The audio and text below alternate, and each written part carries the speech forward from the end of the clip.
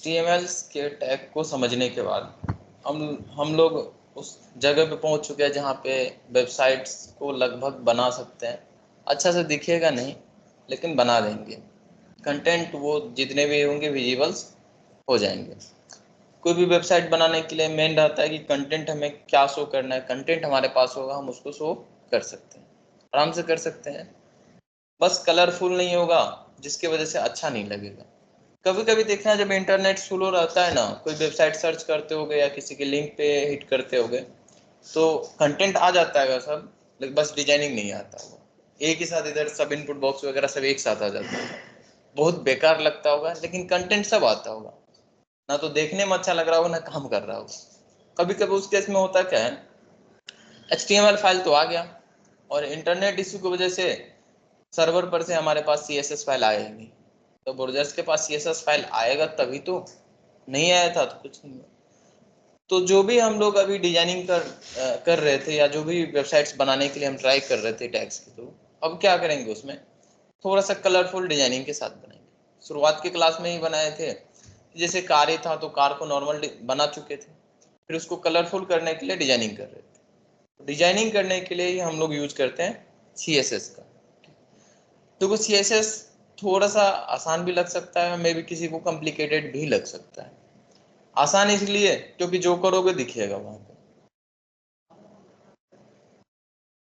Lab का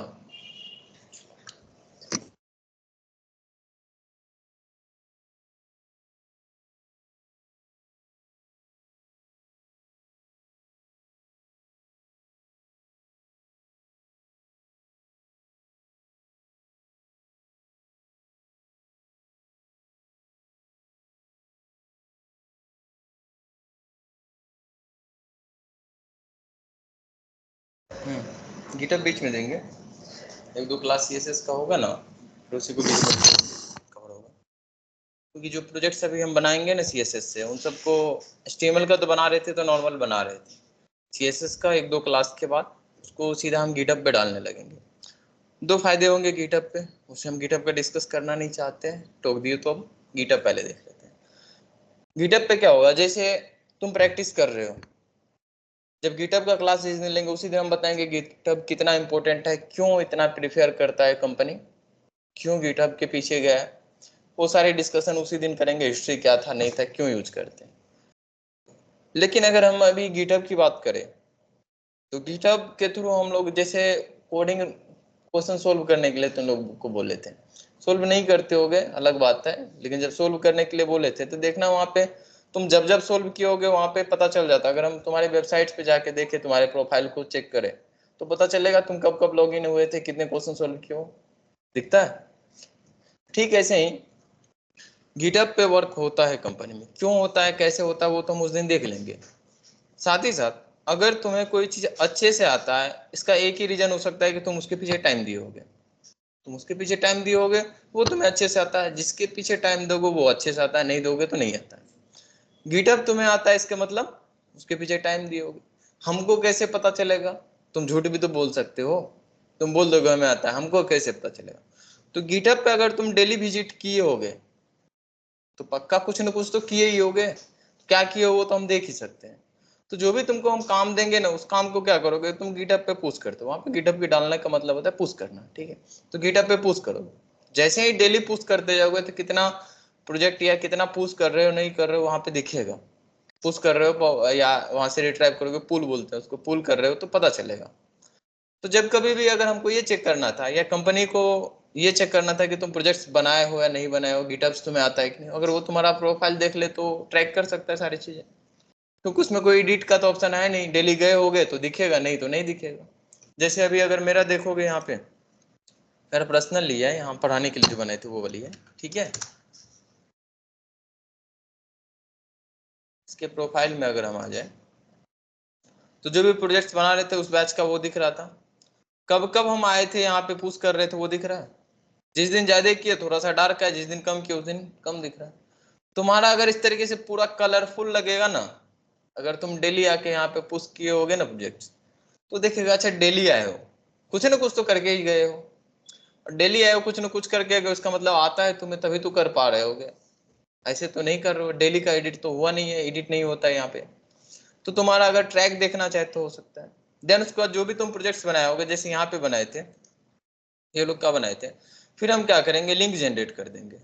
ठीक है, अब लिंक जनरेट करके तुम इसको अपने रिज्यूम में अगर ऐड कर देते हो, एक मिनट लिंक दिखा रहे हैं,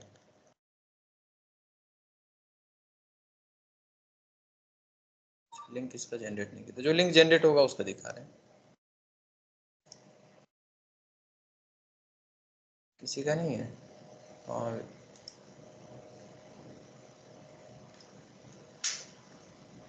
नहीं इसका भी नहीं है, शायद ये। फिर डिप्लॉय करके अगर लिंक जनरेट कर देते हैं, हाँ इसका है, अब ये लिंक मिल गया, इस लिंक को भेज देंगे तो इस तरीके का अगर हम वेबसाइट बना के लिंक भी दे देते हैं, इसको तुम फोन में भी ओपन करोगे तो मिलेगा। ये था ना, ओपन करके चेक करना,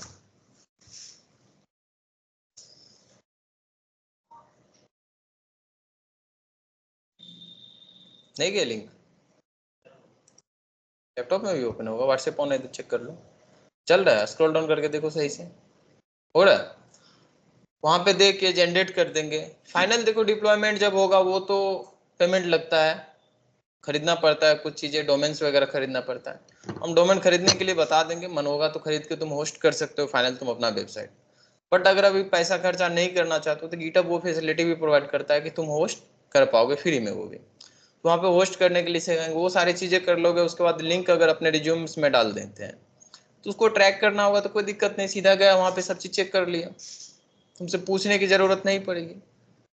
देन उसके बाद इंटरव्यू में सीधा पूछ लेगा कि ये कोर्स कैसे कियो नहीं कियो, उसके लिए चीजें आसान हो जाएगी। और वहीं पे फिर हम ये तुमको सिखा देंगे कि कंपनी में आखिर वर्क कैसे होता है, तो वो चीजें अगर हमें पहले से आता तो उसके लिए अच्छा है ना, सिखाना नहीं पड़ेगा, तो गिटहब वहाँ पे जरूरी हो जाता है, बहुत ज़्यादा इंपॉर्टेंट हो जाता है सॉफ्टवेयर डेवलपमेंट में गिटहब। क्यों होगा, कैसे होगा, काम उस पर कैसे करते हैं, वो हम जब क्लास लेंगे उसका तो बता देंगे। फिलहाल अभी हम CSS से स्टार्ट करेंगे, क्योंकि CSS का ही कोड अभी हम वहाँ पे कर करके दिखाते जाएंगे। ठीक है, तो पहले थोड़ा सा सीखते लो, तब जाके वहाँ पे करेंगे तो ठीक रहेगा। तो आते हैं अपने प्रोजेक्ट्स में और CSS देखते हैं कैसे काम होगा। फोल्डर्स हम अलग अलग बना लेते हैं ताकि प्रॉब्लम्स नहीं हो हमारे पास, कोड्स को लेके अलग फोल्डर से।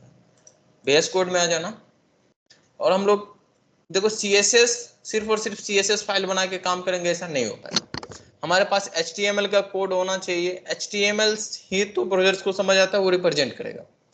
CSS सिर्फ और सिर्फ उसमें डिजाइनिंग करेगा, किसको कहाँ पे रखना है, किसको शो करना है, किस कलर में शो करना है नहीं करना है, ये सब चीजें कौन बताएगा, CSS बताएगा। तो CSS तो बस इतना ही बताएगा, कंटेंट तुम्हारे पास तो HTML ही देगा कि ये कंटेंट है, उस कंटेंट को दिखाना कैसे वो CSS बताएगा। ठीक है, तो एक HTML पेज बना लेते हैं, क्योंकि बिना HTML का तो अभी कुछ नहीं होगा। ठीक है, बन गया। अब जैसे सपोज करना है, यहाँ पे एक नॉर्मल सा टैग ले लेते हैं, पैराग्राफ टैग, ठीक है, और इसमें हम अपना नाम लिख देते हैं। तो अभी यहाँ पे भी वैसे विजिबल्स होंगे, तो कंटेंट विजिबल हो रहा है। हम क्या चाहते थे, इसका कलर चेंज करना या सेंटर में लाना, पोजीशन चेंज करना, कुछ भी इस तरीके का अप्लाई करना चाहते थे प्रॉपर्टी, तो वो सारी चीजें किसके थ्रू हम करेंगे, CSS के थ्रू ही करने वाले हैं। ठीक है, CSS का फुल फॉर्म पता है, कैस्केडिंग स्टाइल शीट, वैसे कॉलेज में भाई होगा तो यही से पूछेगा। ठीक है, फुल फॉर्म पूछ लेगा ज्यादा से ज्यादा, और कुछ नहीं पूछता है। फुल फॉर्म पता होना चाहिए, कभी कभी इंटरव्यू में गलती से पूछ लेता है, फुल फॉर्म पता है, और उसके फुल फॉर्म से ही तुम्हें समझ आ रहा है स्टाइलिंग का काम होगा, और स्टाइलिंग का क्या मीनिंग होता है, डिजाइनिंग ही। तो डिजाइनिंग ही हम यहाँ पे करने वाले हैं। डिजाइनिंग करने के केस में ना दो चीजें होगी, पहला चीज है कि CSS का कोड कहाँ पे लिखेंगे। अगर ऐसे ही हम डायरेक्ट CSS का कोड लिखेंगे तो HTML को समझ कैसे आएगा कि ये CSS था, या ये ब्राउजर्स को कैसे समझ आएगा कि HTML का पार्ट था ये CSS का। तो CSS को कोड को लिखने के लिए हमारे पास तीन तरीका है यहाँ पे, कितने, या इसी को कुछ इस प्रकार से पूछा जा सकता है कि CSS के कोड को कितने तरीके से एम्बेडेड करते हैं हम HTML के साथ। HTML फाइल है, और HTML फाइल के साथ हम CSS के कोड को कितने तरीके से एम्बेडेड करते हैं, तो कितने तरीके हैं, वो तीनों तरीका को समझेंगे अभी, और वो तीनों तरीका में से कौन सी क्या होगा नहीं होगा। खैर कोई भी तरीके से हम करेंगे तो अभी एक नॉर्मल कोई सा तरीका देखते हैं। वैसे तो इंटरनल अभी देख लेते हैं, इंटरनल देखेंगे और उसमें पहले सीएसएस का कोई प्रॉपर्टी अप्लाई करने के लिए सीखते हैं, फिर देखेंगे वो प्रॉपर्टी हम कितने तरीके से आजमा सकते हैं, लगा सकते हैं यहाँ पे, वही होगा तरीका। तो सपोज करो कि इस पैराग्राफ टैग पे हम कोई भी प्रॉपर्टी लगाना चाहते हैं, या सपोज करते हैं कि इसका कलर ही चेंज करना चाहते हैं, तो सबसे पहले हमें क्या करना होगा, उस पर्टिकुलर ही टैग्स को टारगेट करनी होती है। किस पे करना है, क्योंकि हमारे HTML पेज में तो बहुत सारे इस तरीके के कंटेंट होंगे, टैग्स होंगे, टैग्स के अंदर में ही कंटेंट होता है, तो किस कंटेंट पे लगाना है उसके लिए तो हमारे पास टैग होगा, तो टैग्स के थ्रू। या कभी कभी क्या होता है कि टैग्स एक से ज्यादा बार भी यूज होगा, तो हम बताए थे क्लास भी यूज करते हैं, आईडी यूज करते हैं, और भी तरीके हैं। तो पहला मेन टारगेट होगा कि किस पे हमको लगाना है, उसको टारगेट करें। टारगेट एलिमेंट्स को फाइंड करना, कर लिए टारगेट एलिमेंट को फाइंड। उसके बाद CSS में दो ही चीज करना होता है, कौन सी प्रॉपर्टी लगाना है और उस प्रॉपर्टी का वैल्यू क्या होता है, बस इतना ही याद रखना, इसके अलावा कुछ होता ही नहीं। टारगेट किए, प्रॉपर्टी कौन सी लगानी है, प्रॉपर्टी मतलब क्या करना है और उसका वैल्यू क्या देना है। जैसे प्रॉपर्टी हो गया हमारा कलर्स, तो कलर प्रॉपर्टी लगा, कौन सी कलर देनी है वो उसका वैल्यू हो गया। तो दो ही चीज होता है, एक टारगेट करेंगे, टारगेट करने के बाद कौन सी प्रॉपर्टी लगानी है उसका वैल्यू क्या होगा। पूरे CSS में हम टारगेट करने के लिए फर्स्ट में सीखेंगे, सीखने के बाद कौन कौन सा प्रॉपर्टी अवेलेबल है CSS के अंदर में और उसके वैल्यू कौन कौन से हैं उसको देखेंगे। ठीक, उसके अकॉर्डिंग हम फिर अपने अकॉर्डिंग सोचेंगे कौन सी प्रॉपर्टी लगानी है नहीं लगानी, टारगेट करेंगे प्रॉपर्टी लगाते जाएंगे, इसके अलावा कुछ नहीं होने वाला है। तो एक तरीका है हमारे पास इंटरनल CSS का, उसको देखते हैं, फिर उसके बाद हम अलग अलग कौन सा तरीका है देखते जाएंगे। तो अगर HTML पेज पे ही CSS का कोड लिखना है ना, तो एक स्पेशल सेपरेट स्पेस बना देते हैं कि यहाँ पे हम CSS का कोड लिखने वाले हैं, ताकि ब्राउजर्स को जैसे ही मिलेगा ये फाइल समझ आएगा, अच्छा ये हमको वहाँ पे विजिबल्स नहीं करना है, कंटेंट नहीं है, ये क्या है हमारा CSS का कोड है। और HTML के अंदर में हर चीज तो हम टैग के फॉर्म में करते हैं, तो एक टैग है हमारे पास, वो टैग अगर यहाँ पे लिख देंगे तो उसको समझ आएगा, अच्छा इस टैग के बीच में जो भी कंटेंट होगा वो सब क्या है CSS का, और उस टैग का नाम है स्टाइल। क्या स्टाइल, स्टाइल टैग लिखिए, इसके अंदर में देखना कुछ लिखेंगे तो वो विजिबल्स नहीं हो रहा होगा, यहाँ पे नहीं हो रहा, भले अभी एरर दे रहा होगा कि क्या लिख दिए, कुछ से कुछ लिख दे तो, बट विजिबल्स तो नहीं हुआ, क्योंकि ब्राउजर्स को समझ आ रहा है कि नहीं स्टाइल टैग के अंदर में हम जो भी चीजें लिखेंगे वो क्या होगा हमारा प्रॉपर्टी होगा CSS का, वो उसको विजिबल्स नहीं करना है। तो यहाँ स्पेस बन चुका है हमारा CSS का कोड लिखने का। उसके बाद क्या बताएं कि हमें टारगेट करना होगा किसको, तो टारगेट हम टैग के नेम से भी कर सकते हैं। तो अभी डायरेक्ट टैग के नेम से करते हैं, क्या नाम है इसका, पैराग्राफ टैग है, तो P है ना, एंगल ब्रैकेट के अंदर में तो टैग लिखते थे लेकिन नाम क्या है P है, H1 H2 इस तरीके से था, तो P को टारगेट किए।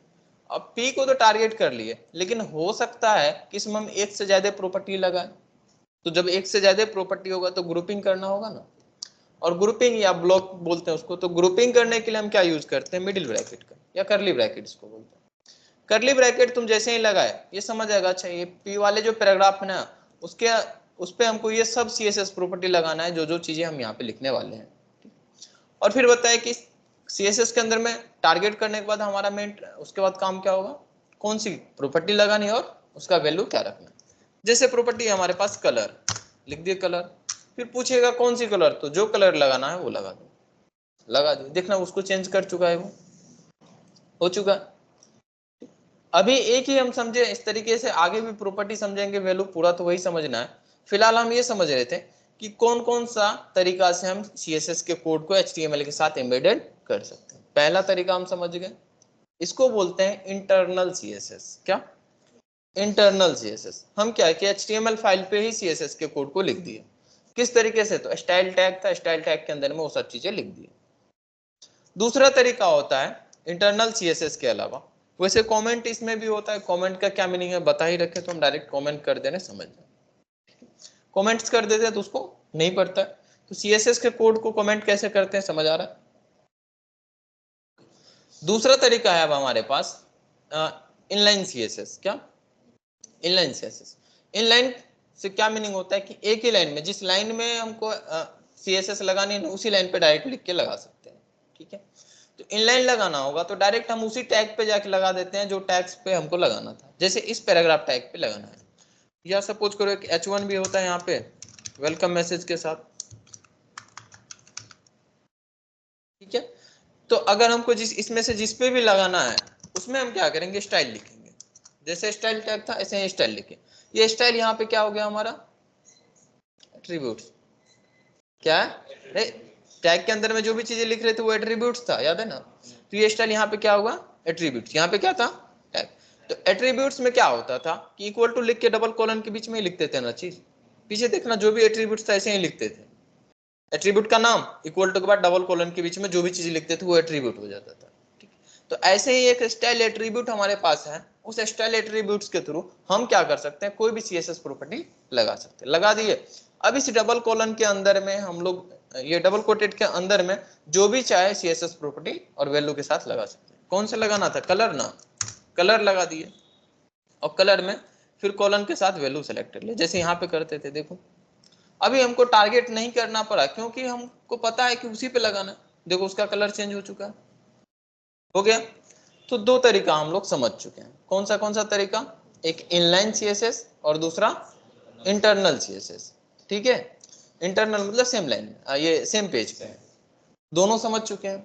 एक और तरीका होता है हमारा, वो होता है एक्सटर्नल सीएसएस। क्या, एक्सटर्नल मतलब पूरे सीएसएस को, कोड को, अगर मान लो कि बहुत बड़ा वेबसाइट है तो एक तो एचटीएमएल का कंटेंट ही बहुत बड़ा हो जाएगा, नहीं हो जाएगा। फिर सीएसएस का भी कोड उस पर लिखोगे तो और बड़ा हो जाएगा। तो जब भी हमें कुछ एडिट करना होगा हम परेशान हो जाएंगे। तो हम क्या चाहते हैं कि एक काम करते हैं ना, HTML का कोड सेपरेट फाइल में लिख देते हैं और CSS का सेपरेट फाइल में, ताकि अगर HTML में एडिट करना होगा तो सीधा HTML फाइल पे आ जाएंगे, CSS में एडिट करना होगा तो CSS वाले फाइल पे एडिट करेंगे। सही रहेगा, कंफ्यूजन नहीं होगा कहाँ से क्या आ गया, बड़ा कोड नहीं लगेगा, तो मैनेज करना आसान हो जाएगा। वैसे मैक्सिमम हम लोग क्या यूज करेंगे, एक्सटर्नल CSS यूज करेंगे ताकि वो सेपरेट रहे। ठीक है, तो एक काम करते हैं, एक नया फाइल बना लेते हैं। कुछ भी नाम रख सकते हैं, नाम पे लिमिटेशंस नहीं है। वैसे मैक्सिमम हम लोग स्टाइल रखा करते हैं या स्टाइल्स रखते हैं, स्टाइल रख दिए। देन उसके बाद बताए थे कि जब भी कोई फाइल बनाते हैं तो हमें उसका एक्सटेंशन देना पड़ता है, देना पड़ता है ना। क्यों देते हैं एक्सटेंशन, फाइल का टाइप कौन सा है पता तो चले, किसका फाइल है। आप बहुत सारे चीजें पढ़े, सब में हम फाइल का टाइप देते थे। तो CSS का भी एक्सटेंशन होता है .css। क्या, .css। तो .css लिखे वो समझ गया ये CSS फाइल है। अब जो भी कोड्स हम लोग यहाँ पे लिख रहे थे ना, वैसे ही वहां पे लिखा करेंगे। जैसे स्टाइल टैग के अंदर में जैसे टैग टारगेट किए लगा, ठीक इसी प्रकार से हम इस फाइल में भी अब टारगेट करके लगा सकते हैं। जैसे सपोज करना कि हम H1 पे लगा दिए, H1 टैग था वहां पे, H1 पे टारगेट किए, कर्ली ब्रैकेट से बता दिए कि हमारा जो भी CSS प्रॉपर्टी है उसके बीच में कलर पर रखे हैं तो सिर्फ कलर ही आए तो कलर ही लगा देते हैं। जैसे ब्लू किए, कर दिए कलर चेंज, देखो चेंज ही नहीं हुआ। हम तो H1 को टारगेट करके कर दिए लेकिन चेंज नहीं हुआ। देखो ये फाइल अलग है, ये फाइल अलग है। इसको कैसे पता कि किस फाइल में से उठाना है। हो सकता है हमारे प्रोजेक्ट में एक से अधिक CSS फाइल हो, तो अपने मन से थोड़ा जाके उठा लेंगे, इसको बताना पड़ेगा ना कि कौन सी CSS फाइल तुम्हारा है। तो वो बताते कैसे हैं, तो वो बताते हैं हम लोग है। वैसे एक जब हम हेड टैग पढ़ रहे थे तो याद होगा तुमको, हम अपने वेबसाइट से रिलेटेड जो एडिशनल इन्फॉर्मेशन है वो हेड टैग के अंदर में डालते थे, याद है। जो एडिशनल इन्फॉर्मेशन है, जो एक्स्ट्रा फाइल है, वो फाइल्स हम कहाँ पे ऐड करेंगे, हेड टैग के अंदर में ही कर रहे थे, जहाँ पे मेटा वगैरह को समझे थे कि मेटा टैग का क्या था। तो यहीं पे हम क्या करेंगे, हेड टैग के अंदर में ही एक लिंक टैग है, क्या नाम है, लिंक टैग। इस लिंक टैग के पास href एट्रीब्यूट है और इस href एट्रीब्यूट में हम अपने फाइल का नाम दे देते हैं। ठीक है, वैसे एरियल में बस वो बता दिए कि स्टाइल शीट लगा रहे हैं, नहीं भी बताएंगे तो कोई दिक्कत नहीं होगा। बस href में हम क्या बता दिए कि हमारा फाइल कौन सा है, style.css। सेम लोकेशन पे था तो इसलिए हम नॉर्मल लिख दिए। वैसे कभी कभी देखोगे कि डॉट के साथ स्लैश लिख देते हैं, डॉट के साथ स्लैश लिख देते हैं। देखो अगर सिंगल डॉट देते हैं तो इसका मतलब होता है करेंट फाइल, करेंट डायरेक्टरी। तो अभी हम करेंट डायरेक्टरी में थे, हमारा फाइल भी वहीं पे था, तो डॉट के साथ लिखो या डायरेक्ट लिखो एक ही बात हो रही थी। मैक्सिमम जगह डॉट के साथ देखोगे तो कंफ्यूज नहीं होना, उसका मतलब वही हुआ कि हम सेम लोकेशन पे। कभी कभी दो डॉट के साथ देखते होगे, कितने, डबल डॉट के साथ। ठीक है, डबल डॉट के साथ होता है कि हम पिछले वाले डायरेक्टरी में, अब इसका पिछले वाला कोई डायरेक्टरी था नहीं तो इसलिए कोई दिक्कत आया नहीं, इसके पहले तो कोई फोल्डर नहीं था, होता तो वो पीछे चले जाते। बट अभी हम सिंगल डॉट के साथ आगे बढ़ते, लगा दिए, फाइल हमारा ऐड हो चुका है। तो हम अभी सीखें कि हमारे पास तीन तरीके हैं, कितने? 3। CSS के कोड को अपने HTML के साथ एम्बेडेड करने का या CSS फाइल को अपने HTML के साथ ऐड करने का 3 तरीका है हमारे पास। कौन सा? Inline CSS, internal CSS, external CSS। तीनों तरीका से लगाएंगे एक ही बात है। लेकिन प्रॉब्लम कब आ जाती है? जब तीनों तरीका से हम CSS कोड लगा देते हैं और हो सकता है कि तीनों तरीके से हम एक ही एलिमेंट्स को टारगेट करके सेम प्रॉपर्टी या प्रॉपर्टी अलग लगा दिए होंगे। जैसे अभी हम क्या किए, पैराग्राफ को टारगेट किए, तो पैराग्राफ को टारगेट किए, इनलाइन CSS से कोई और कलर लगा दिए, फिर इंटरनल CSS से कोई और कलर लगा दिए जैसे एक्वा लगा रहे थे, और एक्सटर्नल CSS से हम कोई और कलर लगा दिए। हमारा तो एक ही कंटेंट है, एक ही टैग था, उसी को टारगेट किए हैं सब। तो तीनों मिलके अगर एक को ही टारगेट करेगा, प्रॉपर्टी अलग अलग बताएगा, तो किसका अप्लाई होगा नहीं होगा कैसे पता चलेगा? फिर वही बात हो गया कि 3 दोस्त हमारे पास एक साथ मैसेज कर रहा है, तो हम किसका पहले रिस्पॉन्स करेंगे या किसका बात सुनेंगे, यही डिसीजन से लेना हो जाएगा। किसका डिसीजन से लोगे पहले? तीनों का ले सकते हैं क्या? तीनों का नहीं ले सकते हैं। क्यों? तीनों का सुन लेंगे, एक बार में कोई एक ही होगा। बट यहाँ पे एक बारी का बात नहीं, यहाँ पे किसी एक का ही सुनेंगे ना। कलर मान लो चेंज करना है तो किसी एक का ही कलर रखेंगे ना, सबका कलर थोड़े रख सकते हैं। तो किसका सुनेगा ये? इंटरनल का क्यों सुनेगा? एक्सटर्नल का क्यों नहीं सुनेगा? इनलाइन का क्यों सुनेगा? किसका सुनेगा? जो पास में रहता है उसी का ना सुनता है। पास में कौन है इसके? Inline CSS। सबसे ज्यादा पास में कौन है? इनलाइन है, तो जो सबसे ज्यादा पास में रहता है उसी का सुनता है। कौन है सबसे पास में? इनलाइन। इनलाइन से ज्यादा पास कौन हो सकता है? कोई हो सकता है? इनलाइन जस्ट आंख खोलो तो सामने दिख रहा है। कोई दोस्त कॉल कर रहा है, कोई सामने प्रकट है, तो किसको हम रिस्पॉन्स करेंगे पहले? जो सामने आ गया उसको ना। तो ये तो एकदम पास में रहता है, तो हमेशा प्रायोरिटी इसको ज्यादा मिलेगा। देखना, हम पैराग्राफ टैग को यहाँ पे किए थे टारगेट, वैसे कमेंट कर दिए थे कि इसको बाद में बताएंगे। एक वो किए हैं, लेकिन अभी कोई फर्क पड़ा नहीं पड़ा। यहाँ पे भी हम कलर चेंज करके दिखाते हैं, कोई फर्क नहीं पड़ेगा। कोई फर्क पड़ा नहीं। क्यों? क्योंकि ये इनलाइन CSS को पहले वैल्यू दिया। अगर इनलाइन CSS नहीं है, इनलाइन रहा, तो हमेशा प्रायोरिटी किसको मिलेगा? इनलाइन को। अगर इनलाइन CSS नहीं है, वैसे किसी भी तरीके से लगाएंगे तो हमारा तो काम वही है कि प्रॉपर्टी लगाना है। लेकिन अगर हम सपोज करो सब तरीका आजमा दिए हैं, तो किसका लगेगा किसका नहीं लगेगा ये कैसे डिसीजन लेंगे? अगर इनलाइन लगाए हैं तो हमेशा प्रायोरिटी किसको मिलेगा? इनलाइन को। ठीक है। और अगर इनलाइन नहीं रहा तो किसको मिलेगा? इंटरनल की एक्सटर्नल को? इंटरनल को। किसको मिला? इंटरनल को। कंफर्म हो सब? कंफर्म हो? यही तो गलतफहमी है तुम्हारा। वो तो हम जानबूझ के शो करवाए थे कि तुम लोग को लगे कि तुम लोग सही हो। ठीक है।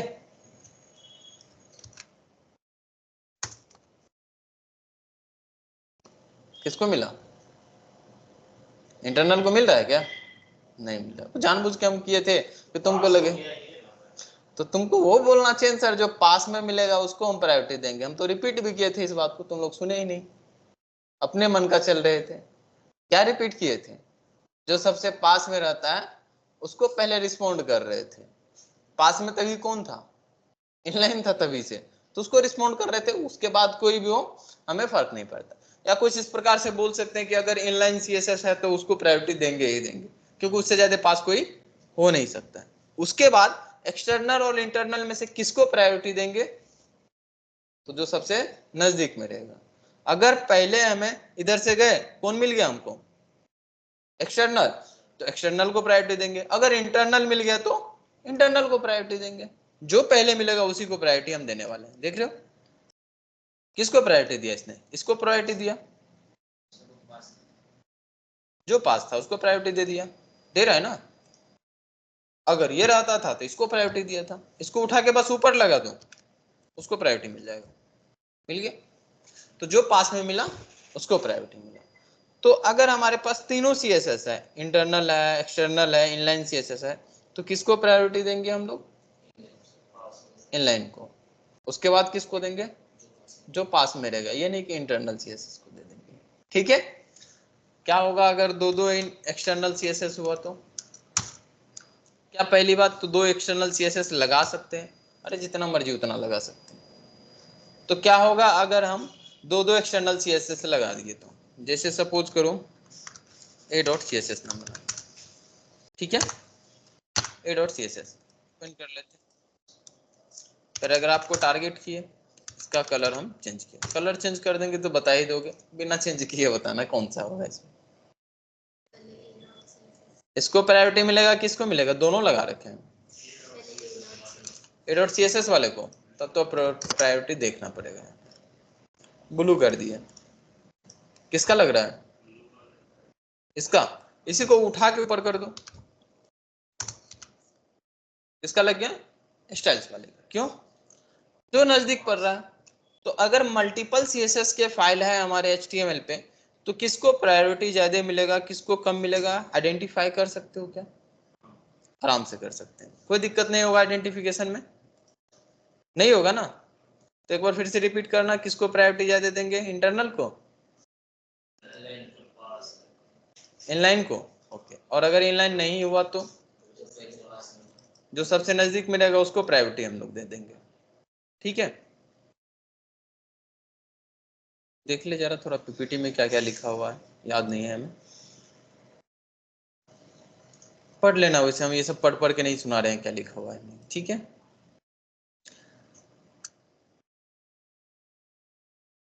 इसको बोलते हैं हम लोग सेलेक्टर्स। सेलेक्टर्स का मतलब कि किस पे टारगेट एलिमेंट, जैसे बोल रहे थे ना कि किसको एलिमेंट्स को टारगेट करना है, वो क्या हो गया हमारा सेलेक्टर्स, ठीक है। उसके बाद इसको हम ब्लॉक बोल रहे थे, याद है। और उस ब्लॉक के अंदर में हम लोग हमेशा क्या करेंगे, प्रॉपर्टी लिखेंगे और उस प्रॉपर्टी का वैल्यू लिखेंगे। हमेशा प्रॉपर्टी होगा वैल्यू होगा, प्रॉपर्टी होगा वैल्यू होगा। सेलेक्टर्स ब्लॉक बनाएंगे और उस ब्लॉक के अंदर में प्रॉपर्टी जितने होंगे वो प्रॉपर्टी और उसका वैल्यू। समझ आ चुका है ये सारी चीजें, ओके। तो सेलेक्टर्स अलग अलग हो सकते हैं, जैसे एक सेलेक्टर्स अभी हम लोग देख रहे थे एलिमेंट सेलेक्टर, या टैग के थ्रू जिसको हम टारगेट कर रहे थे उसको क्या बोलेंगे, एलिमेंट, डायरेक्ट एलिमेंट्स को टारगेट कर रहे थे। एक होता है आईडी सेलेक्टर्स, वैसे थोड़ा सा आईडी के बारे में हम लोग देख चुके थे, आईडी और क्लास सेलेक्टर्स। आईडी को टारगेट करना होगा तो हैश के साथ टारगेट करते हैं और क्लास को डॉट के साथ। और एक होता है यूनिवर्सल सेलेक्टर, अगर स्टार के साथ लिखते हो ना तो सबको सेलेक्ट कर लेगा जितना भी प्रॉपर्टी होगा, ठीक है। तो स्टार के साथ अगर कोई प्रॉपर्टी लगाएंगे तो पूरे HTML पेज पे सब में वो अप्लाई हो जाएगा। तो अब देखेंगे कौन सी प्रॉपर्टी होती है जो सब पे लगाएंगे, बट जब भी स्टार लिखेंगे क्या समझना, ये प्रॉपर्टी जितने भी होंगे एलिमेंट सब पे लगेगा, ठीक है। कोई भी टेक्स्ट को स्पेशल नहीं मानेगा, सब पे प्रॉपर्टी लगा देगा, इसीलिए इसको क्या बोलेंगे, यूनिवर्सल। तो थोड़ा सा अभी क्लास और आईडी को भी देख लेते हैं कैसे कैसे टारगेट करेंगे। अभी दूसरा फाइल बना दे, इसी में कर दे, कमेंट कर दे रहे हैं हम बस, ठीक है। ये तो समझ आ चुका है ना कि कैसे कैसे लगाएंगे।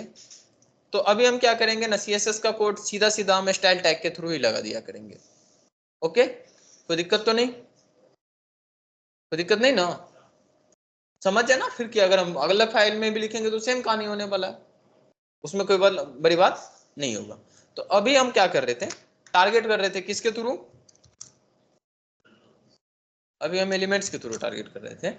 टारगेट बोल रहे हैं, लगा कैसे रहती है थोड़े पूछ रहे हैं, लगाए तो इंटरनल के थ्रू, टारगेट कैसे किए थे, एलिमेंट्स के थ्रू या टैग के थ्रू। इसी के साथ साथ अगर हमारे पास क्लास होता ना तो हम क्लास के थ्रू भी कर सकते हैं। जैसे सपोज करो एक और कंटेंट होता हमारे पास पैराग्राफ में, हम चाहते थे कि बस अपना नाम का कलर चेंज करें।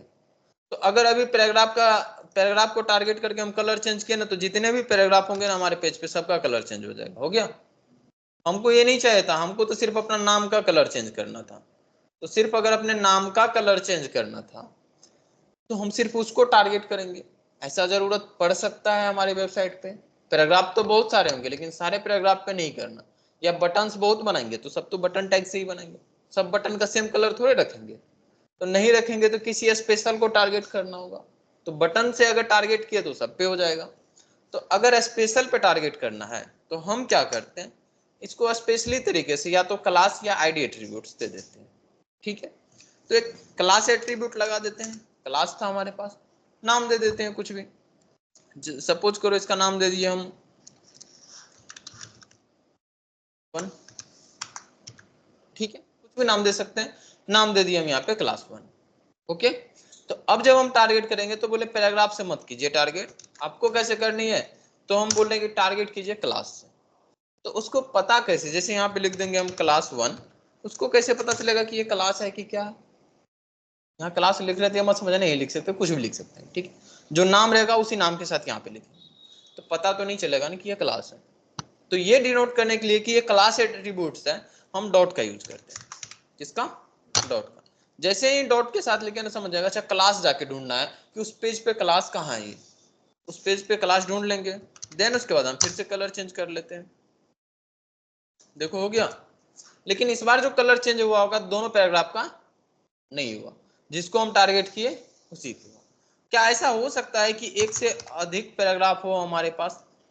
हाँ हो सकता है। जैसे यहाँ पे भी अभी एक से अधिक पैराग्राफ बना दिए, हम बना दिए, लेकिन सिर्फ और सिर्फ किसको उसने टारगेट किया? जिसपे ये क्लास। कभी कभी ऐसा रिक्वायरमेंट होता है ना कि 10 पैराग्राफ है हमारे पास, या 10 सेम एलिमेंट्स है, सेम टैग्स के हैं, और उसमें से ना 5 पे हमको ये कलर लगाना है, या कुछ सीएसएस के कॉमन प्रॉपर्टी है जो इस 5 पे लगाना है, 5 पे नहीं लगाना है। ऐसा भी रिक्वायरमेंट हो सकता है। जैसे 10 बटन है, उसमें से 3 बटन का कलर सेम रखना है।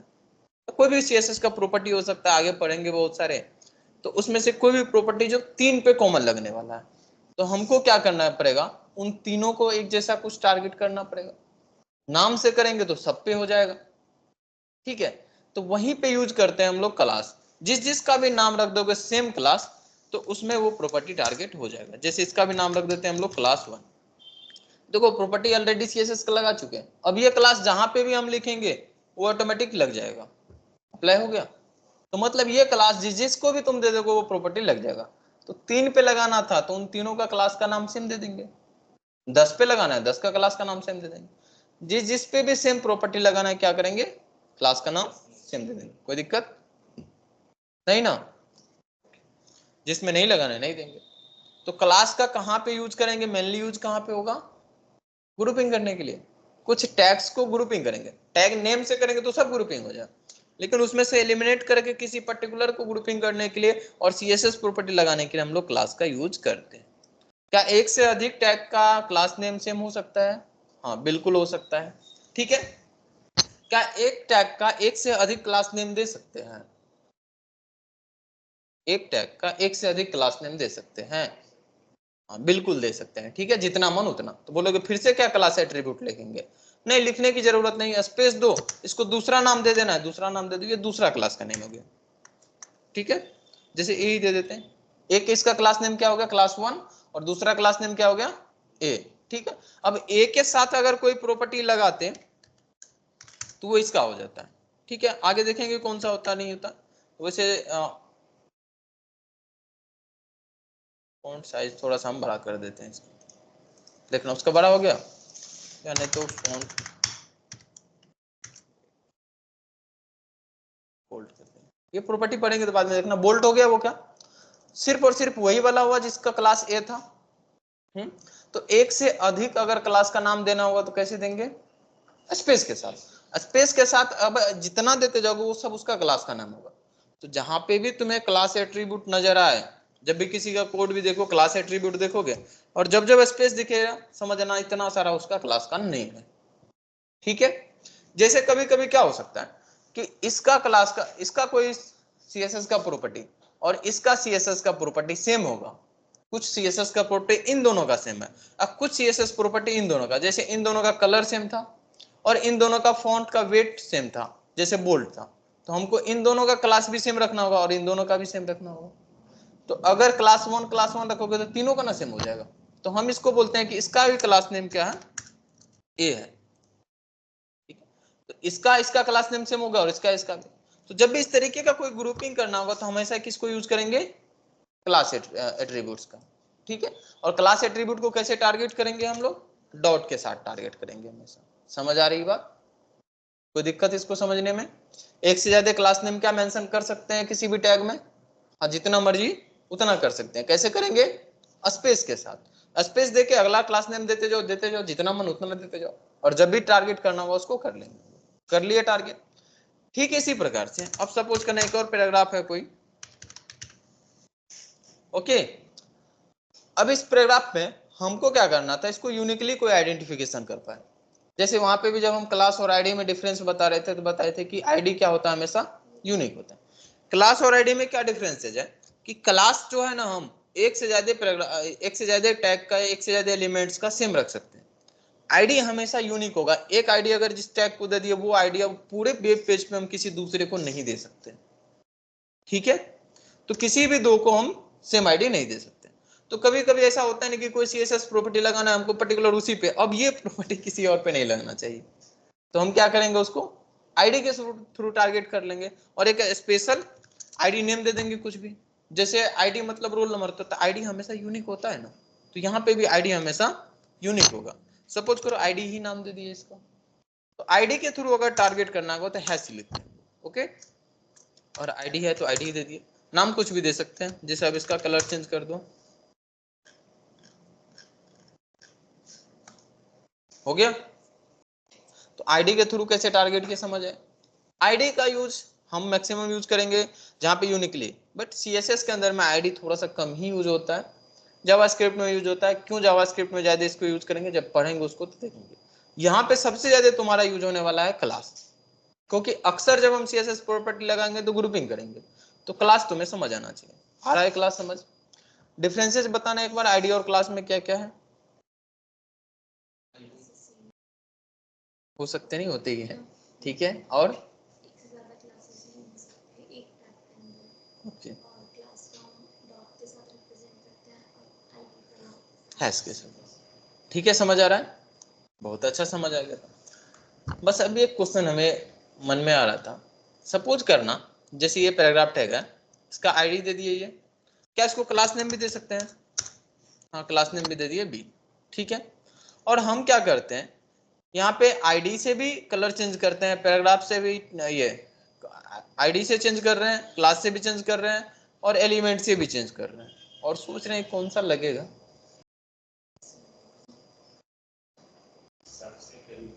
इसमें तो सब करीबे दिख रहा है हमको, आईडी का लगेगा, देखते लगा ले अब। तो पहले हम टारगेट किए पैराग्राफ को, और इसका कलर हम कर दिए रेड, ठीक है। देखो ये सब अभी नहीं करके रखोगे तो आगे फंस जाओगे किसी दिन अचानक से, कहीं क्वेश्चन पूछ दिया कौन सा लगेगा तो बोलोगे शायद ये लग सकता है सर, और अगर हम करके रखेंगे नहीं यही होगा सर, अंतर होगा जवाब में। तो एक बार ट्राई कर ले, पैराग्राफ से किए चेंज हो गया क्या, नहीं हुआ। अच्छा, पैराग्राफ और आईडी में किसको प्रायोरिटी मिल चुका है, आईडी को मिल चुका है, देखो मिल चुका है। अब जरा हम क्लास को भी टारगेट कर लेते, क्या नाम था, बी।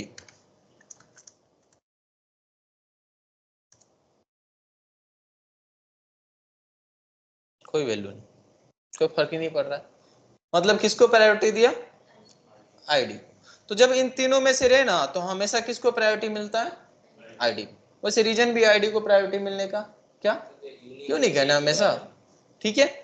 और अगर आईडी नहीं हुआ तो क्लास को, और क्लास नहीं हुआ तो तब तो ठीक ही है, किसको, एलिमेंट्स को। अच्छा, आईडी भी है, क्लास भी है, और अगर यूनिवर्सल भी है तो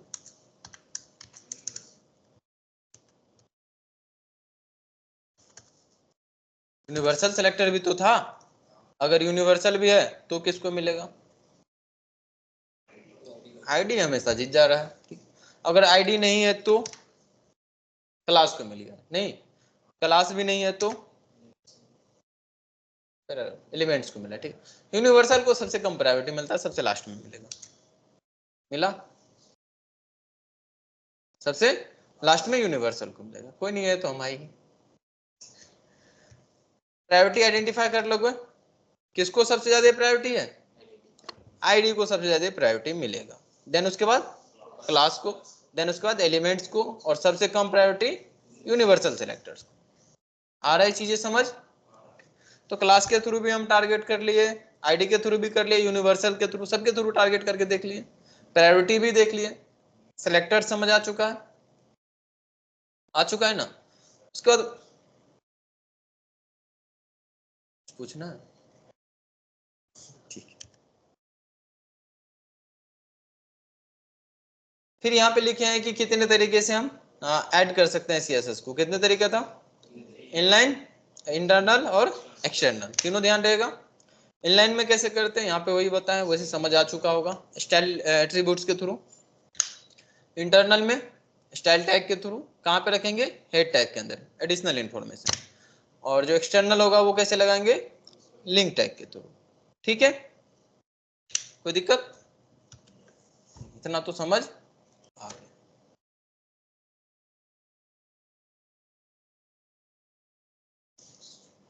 वही प्रायोरिटी की बात की होंगे, यहाँ पे भी वही लिखे होंगे कि अगर इनलाइन है तो पहले प्रायोरिटी किसको मिलेगा? इनलाइन को। इनलाइन को हमेशा प्रायोरिटी मिलेगा, और या फिर उसके बाद इंटरनल या एक्सटर्नल में से किसी को भी मिल सकता है।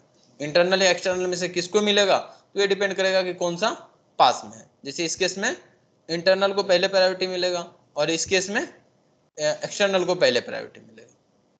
ठीक है, चीजें समझ आ गई? ये ध्यान रहेगा, इतना याद तो रहना चाहिए, नहीं रहेगा तो दिक्कत तो है। अब अगला चैप्टर है हमारा CSS प्रॉपर्टी, नहीं CSS यूनिट। तो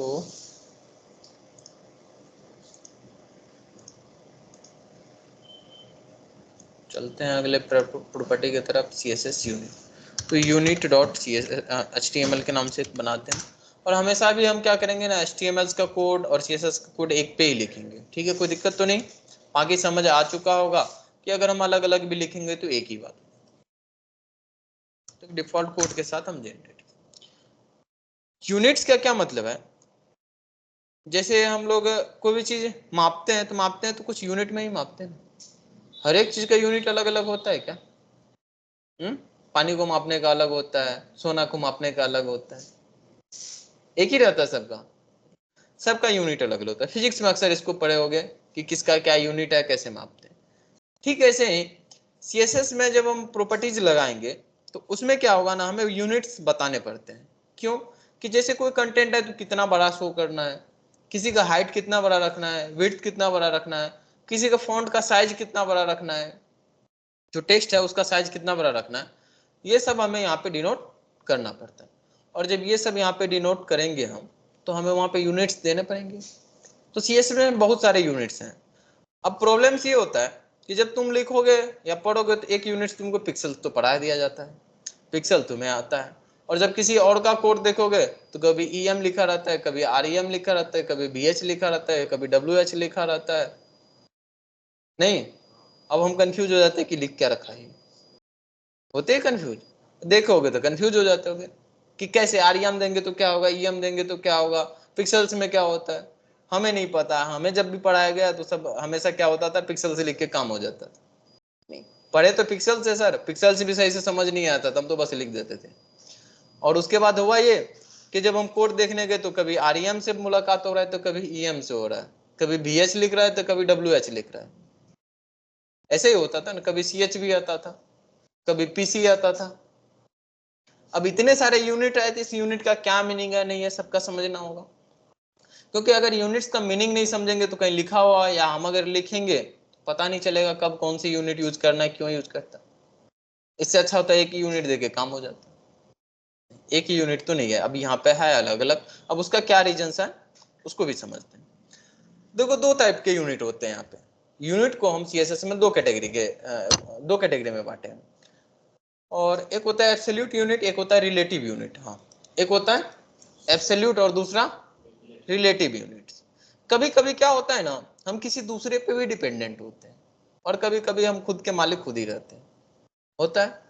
ठीक ऐसे यूनिट्स भी हैं। जो यूनिट्स देंगे हम, कभी किसी का साइज जो बताते हैं ना तो किसी से कंपेयर करके बताते हैं, उसके अकॉर्डिंग बताते हैं। जैसे अगर तुमसे पूछे कि तुम्हारा रिजल्ट कैसा रहा, तो तुम अगर चीटिंग करके लिखे होगे तो बोलोगे कि दोस्त का जितना आएगा ना उसी के जैसे मेरा भी आने वाला है, जिसकी कॉपी से चीटिंग की। अगर खुद से लिखे हैं तो अब खुद हम देख लेंगे कितना आया, वो हो गया एब्सोल्यूट, हम किसी दूसरे पे डिपेंडेंट नहीं है तो।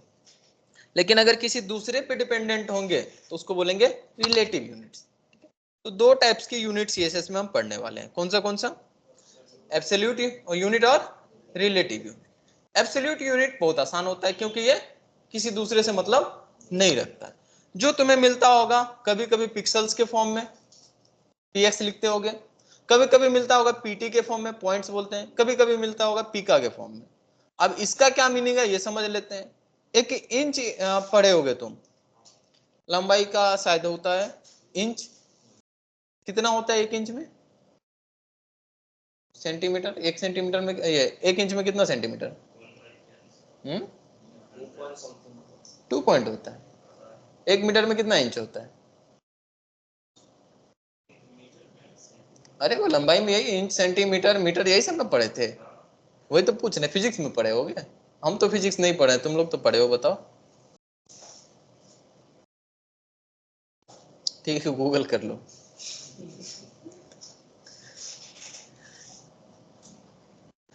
एक इंच में कितने सेंटीमीटर होते हैं? शायद 16 के आसपास होगा।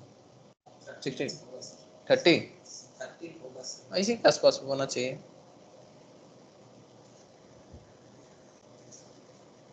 सेंटीमीटर स्केल पे सेंटीमीटर में ही लिख करते हैं।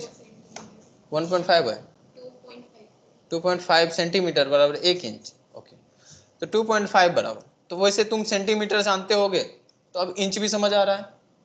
सेंटीमीटर बहुत यूज किए होगे ना, स्केल पे लिखा रहता था सीधे सीधे। तो अब उससे थोड़ा सा अंदाजा लगाना कि एक पिक्सल्स में कितने होते हैं। तो एक इंच में कितने सेंटीमीटर आएंगे समझ आ रहा है, तो कितना बड़ा होगा? शायद इतना बड़ा के आसपास आ जाएगा। नहीं, अब क्या बोल रहा है वो कि जब आप पिक्सल्स लिखते हैं तो एक पिक्सल्स लिखते हैं ना, तो जो एक इंच का वैल्यू होता है ना, उसका जो 96 पार्ट करेंगे ना, तो उसका एक पार्ट एक पिक्सल्स के बराबर होगा।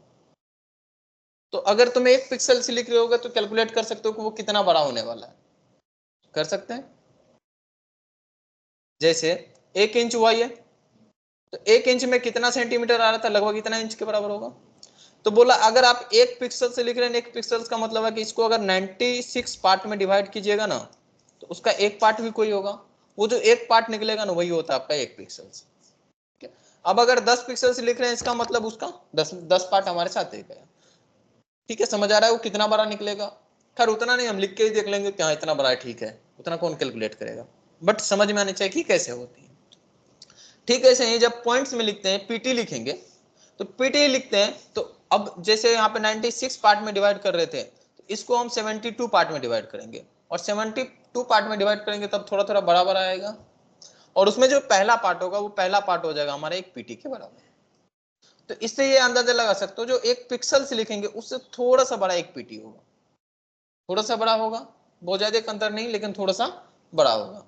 फिर उससे भी थोड़ा सा बड़ा, क्या भैया कुछ ज्यादा ही बड़ा हो जाएगा एक पीसी पी का। ठीक है, ये कितना होता है? 1 इंच का 1/6 पार्ट, तो 6 पार्ट में डिवाइड करेंगे, एक पार्ट जितना बड़ा होगा वो हो जाएगा हमारा पिक्सल।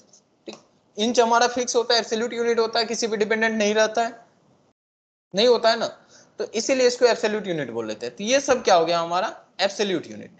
वैसे तुम लोग थोड़ा सा कम ही यूज करोगे पीटी को और पीसी को, पिक्सल्स को ही मैक्सिमम यूज करेंगे। ओके, समझ आ गया ये कितना कितना होगा? इंची समझ आ रहा था ना? हाँ, तो इंची को बस डिवाइड कर देंगे उतना पार्ट में तो वही आ जाता है। ये तो हमारा नॉर्मल्स था, एब्सोल्यूट यूनिट, ये दूसरे पे डिपेंडेंट नहीं होता, ये समझना आसान होता है क्योंकि जितना देंगे उतना ही रहने वाला है। सबसे ज्यादा परेशानी होता है हमारा रिलेटिव यूनिट्स को समझने में। किसको? रिलेटिव यूनिट्स को समझने में। तो चलो रिलेटिव यूनिट्स को समझते हैं।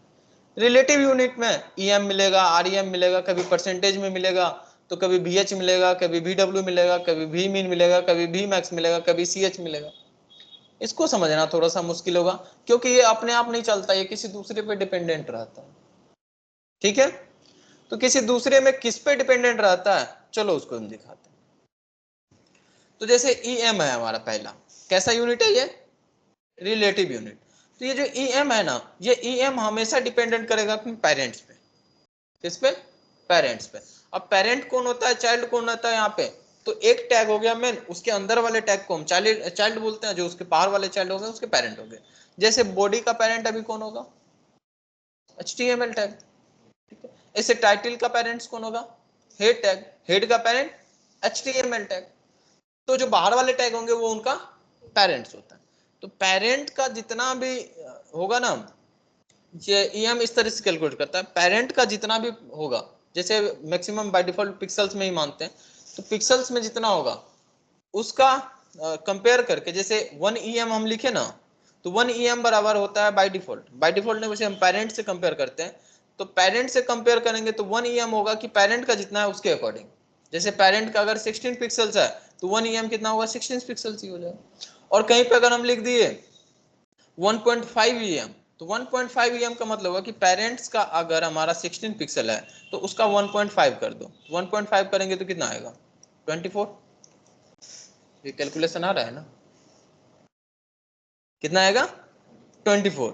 तो अगर हम किसी का लिखेंगे 1.5 EM, इसका मतलब तुम कितना निकाल लोगे, 25, कि 25 पिक्सल्स वो आएगा। लेकिन अगर पेरेंट का 16 पिक्सल हुआ तो, पेरेंट का 16 पिक्सल हुआ तो, अगर पेरेंट का 16 पिक्सल नहीं हुआ तो हमको पता कैसे चलेगा कि पेरेंट का कितना है। नहीं, देखो हर एक ब्राउजर्स का ना बाय डिफॉल्ट साइज 16 पिक्सल होता है। डिफॉल्ट साइज कितना होगा, 16 पिक्सल। मतलब अगर हम जैसे ये कंटेंट यहाँ पे कोई विजुअल्स लिख रहे थे, कोई भी कंटेंट लिख रहे थे, अगर हम उसको चेंज नहीं किए तो वो 16 पिक्सल्स में ही यहाँ पे शो होंगे, ठीक है। अगर हम चेंज किए तो हमको पता है ना हम कितना किए हैं, तो उसके पेरेंट का अगर हम साइज चेंज किए हैं 16 पिक्सल्स के अलावा जैसे 20 पिक्सल्स कर दिए, और अगर हम अपने चाइल्ड में लिखे थे 1 EM, तो मेरे चाइल्ड का भी साइज चेंज होकर वो 20 पिक्सल्स हो जाएगा ऑटोमेटिक। तो ये डिपेंड कर रहा है पेरेंट्स पे, पेरेंट पे डिपेंड कर रहा है। चलो एक करके देखते हैं। जैसे सपोज करो एक पैराग्राफ टैग लिए, ठीक है, इसके अंदर में हम दूसरा ले लिए पैराग्राफ टैग, ओके, और इसके अंदर में हम कंटेंट लिखें। अब इसको टारगेट करने हम क्या करते हैं, क्लास लिख देते हैं P1 और इसको क्लास दे देते हैं P2। इसमें भी कोई कंटेंट दे देते हैं हम लोग,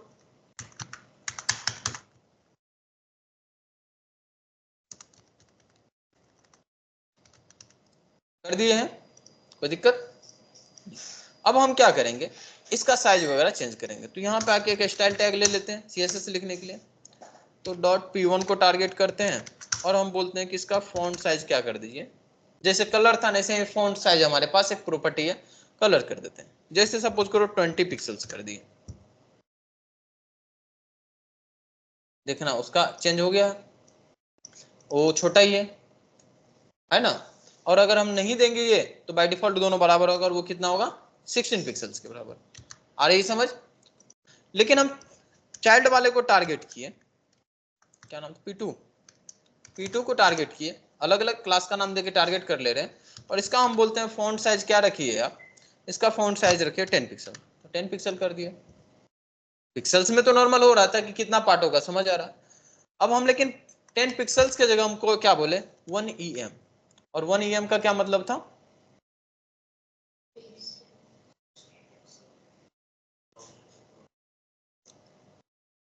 पेरेंट्स का साइज।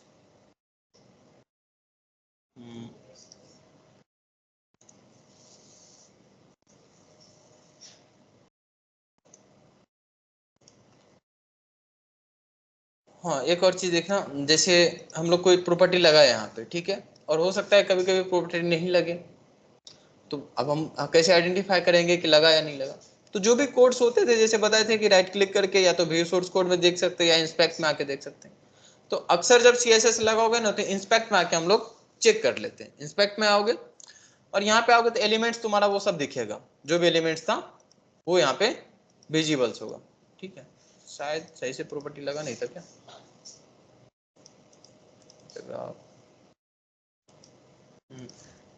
तो इसको कुछ और दे देते हैं, डीप टैग से हम इसको मैनेज कर ले रहे हैं थोड़ी देर के लिए। डीप के अंदर में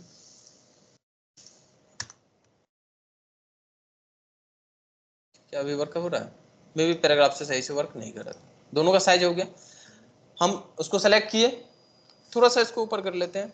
यहाँ पे तुमको वो CSS का जो प्रॉपर्टी हम लगा के रखे रहेंगे ना, वो प्रॉपर्टी विजिबल्स हो, या यहाँ से हम CSS का प्रॉपर्टी लगा भी सकते हैं। जैसे इसको टारगेट किए, इसका कलर हम चेंज कर देंगे, तो यहाँ पे देखो कलर भी चेंज हो जाएगा, हो गया कलर चेंज। ये एक्चुअल में नहीं हुआ, इसको फिर रिफ्रेश करोगे तो पहले जैसे हो जाएगा। हाँ यहाँ से हम तत्काल इंस्टेंटली चेक करके हम देख सकते हैं कि सही से लग रहा है कि नहीं। तो देखना उसका साइज चेंज हो चुका था। चाइल्ड वाले पे, चाइल्ड वाले का कितना था, 1 EM। क्या दोनों का सेम है, अब एक काम करते हैं ना, 1 EM को हम कर देते हैं 1.5 EM, तो ये बड़ा हो जाएगा उससे, देखो हो रहा है बड़ा। ये बड़ा किसके कंपेयर में होता है, उसके अकॉर्डिंग हो रहा है, ठीक है। अगर 2em लिख दें तो इसके अकॉर्डिंग ये कितना हो जाएगा, डबल। देखो पेरेंट्स का डबल हो चुका है, तो पेरेंट्स का जो साइज होगा उसके अकॉर्डिंग ये अपना साइज कैलकुलेट करेगा। और वो साइज कैसे कैलकुलेट करेगा, तो 1em बराबर उतना ही होगा जितना पेरेंट का होने वाला है, और उसके अकॉर्डिंग कैलकुलेट करेंगे। तो वही चीज यहाँ पे मेंशन किया है कि em यूनिट क्या होगा, रिलेटिव यूनिट है, और रिलेटिव यूनिट का क्या मीनिंग होता है, दूसरे पे डिपेंडेंट होगा। और यहाँ पे वो दूसरा क्या होगा कि अपना साइज जो होगा ये साइज किसके अकॉर्डिंग मैनेज करेगा, अपने पेरेंट्स के अकॉर्डिंग। अगर पेरेंट्स का साइज 16 पिक्सल्स है बाय डिफॉल्ट जो था, तो अगर 1em लिखे तो इसका भी क्या होगा 16 पिक्सल्स। अगर फॉन्ट साइज पेरेंट्स का 20 पिक्सल था तो इसका भी क्या हो जाएगा 20। और ये जो भी हम यहाँ पे चेंजेस करेंगे उसके अकॉर्डिंग ये हो जाएगा। पहला समझ आया, कोई दिक्कत नहीं। तो REM में अब थोड़ा समझो, अगर REM लिखते वहीं पे EM के जगह हम क्या लिख दिए REM।